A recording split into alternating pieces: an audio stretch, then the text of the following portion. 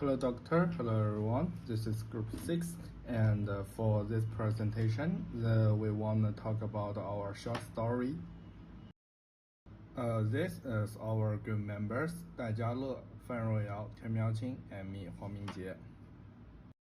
So the first part is the summary of the story. So the story name is Salt Ledger.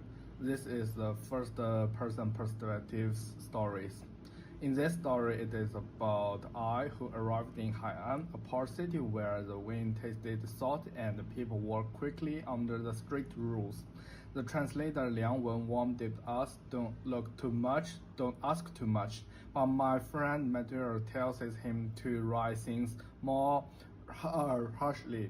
So the readers see will think this place is scary and very different. On a rainy night, they sing smoking deals, and the scene porter named He Ning is on the rest. In the count, He Ning showed his legend to prove he only tried to survive, but the officer takes it and punished him quickly. In the end, I realized that the paper not only recorded fact, it can decide a person's fate, and his writing can also change how others are seen. So that is the whole story. Hello everyone, today I will explain the main characters in our story. First, we have narrator. He is a foreigner observer who records the city of Hai'an for readers across the sea, and at first he believes his writing is objective. However, as the story develops, he realizes that his writing is influenced by expectations from his audience. Emotionally, he moves from the confidence to discomfort, and by the end, the ink on his fingers symbolizes his loss of neutrality.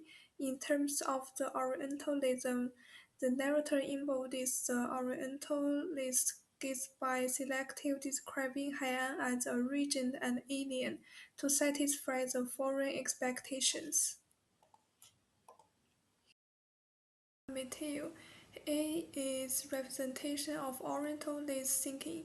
He is confident, dismissive, and emotional detached. He encourages the narrator to exaggerate difference and harshness so that the story can appear more foreign. And he represents the Orientalist thinking by turning the cultural difference and punishment into narrative spectacle. We also have Liang Wen. He is official translator and he is cautious and reserved.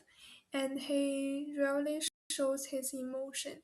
And although he gives warnings, he never openly challenges authority.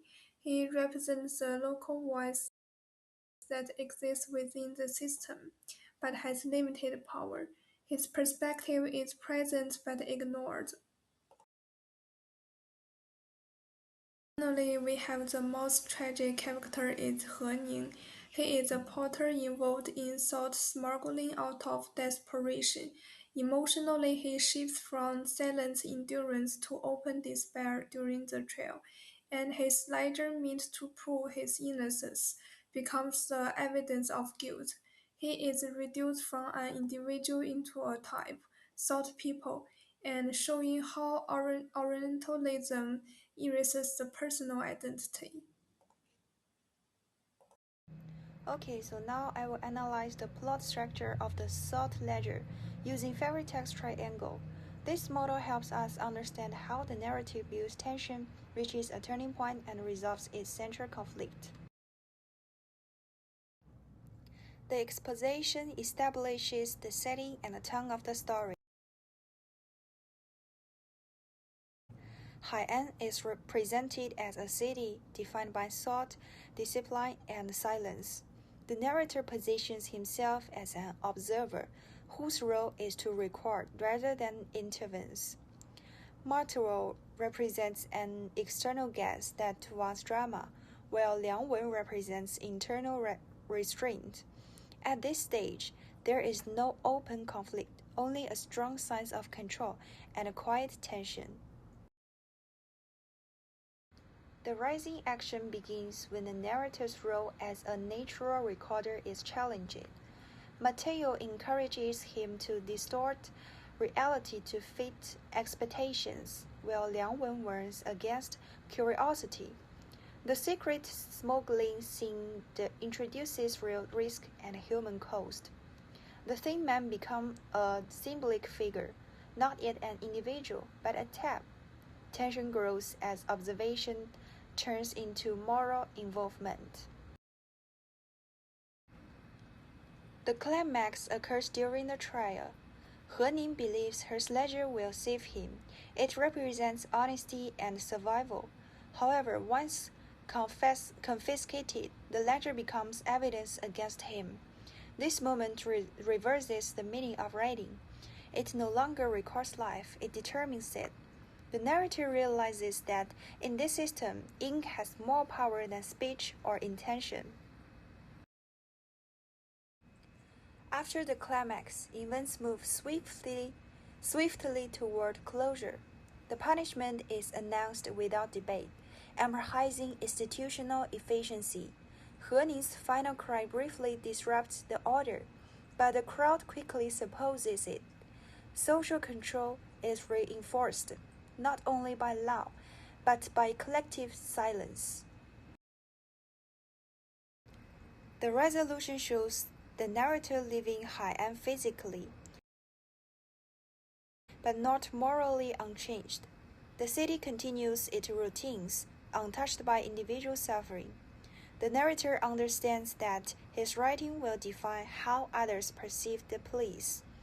The ink on his fingers symbolizes complicity. Once written, the story cannot be undone. Hello everyone, I am Dai Jiale, and in this part I will move on to the post-colonial theory used in this analysis, which is Edward Said's concept of Orientalism, and explain how it is applied in the story. First of all, it is important to clarify what Orientalism actually means. According to Said, Orientalism is not simply about cultural difference between the East and the West. Instead, it is a process of representation and control. In other words, it is about who has the power to describe, explain, and define the East, and whose voices are excluded in this process. In the story, Orientalism does not appear through obvious prejudice. Rather, it works in subtle and systematic ways, especially through narration, language, and writing. First, knowledge in a story is produced by an outsider. From a theoretical perspective, Orientalism gives authority to outsiders to speak about the East rather than allowing the East to speak for itself. In the story, the narrator is a foreign visitor, writing for readers across the sea. Although local people are frequently described, they do not narrate their own experiences and lives. Their lives are filtered through the narrator's observations. As a result, knowledge about Hai'an is created by the outsider, not by its people.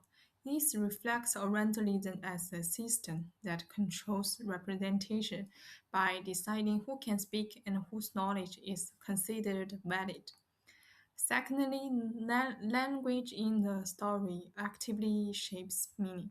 Orientalism, according to Said, works from language framing rather than direct lies or exaggeration. In the story, Matthew encourages replacing neutral words with harsher ones, such as changing registration into interrogation. Although the situation itself does not change, the choice of words makes the place appear more oppressive and threatening. This shows that difference is not naturally here, but produced through discourse. Language does not just describe reality; it actively constructs it. Certainly, writing functions as a form of authority. From an Orientalist perspective, knowledge is closely linked to bureaucratic and institutional power. In the story, written materials such as ledgers, stamps, and court records determine punishment and judgment. Once something is written down, oral explanations from local people are ignored. This suggests that writing is no longer a neutral record. Instead, it becomes a tool of control, reinforcing power over those who cannot control how they are written about. Finally, people in the story are reduced to categories.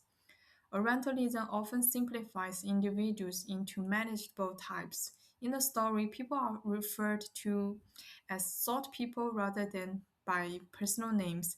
Their identity is reduced to occupation, and the individuality is erased. By doing this, moral complexity and a personal voice are removed. This makes people easier to classify, judge, and control, which is a key feature for Orientalist representation. And in this part, I will introduce you some teaching implications. From a teaching perspective, this analysis is especially valuable in post-colonial literature classes. First, it encourages students to question narrative authority and reliability by asking who is telling the story and who is excluded. Second, it helps students recognize how language constructs power and difference, rather than simply reflecting reality. Finally, it demonstrates Orientalism as a discursive system, not a cultural stereotype, guiding students to focus on representation instead of simplified cultural traits. And this is all from our group. Thank you for listening.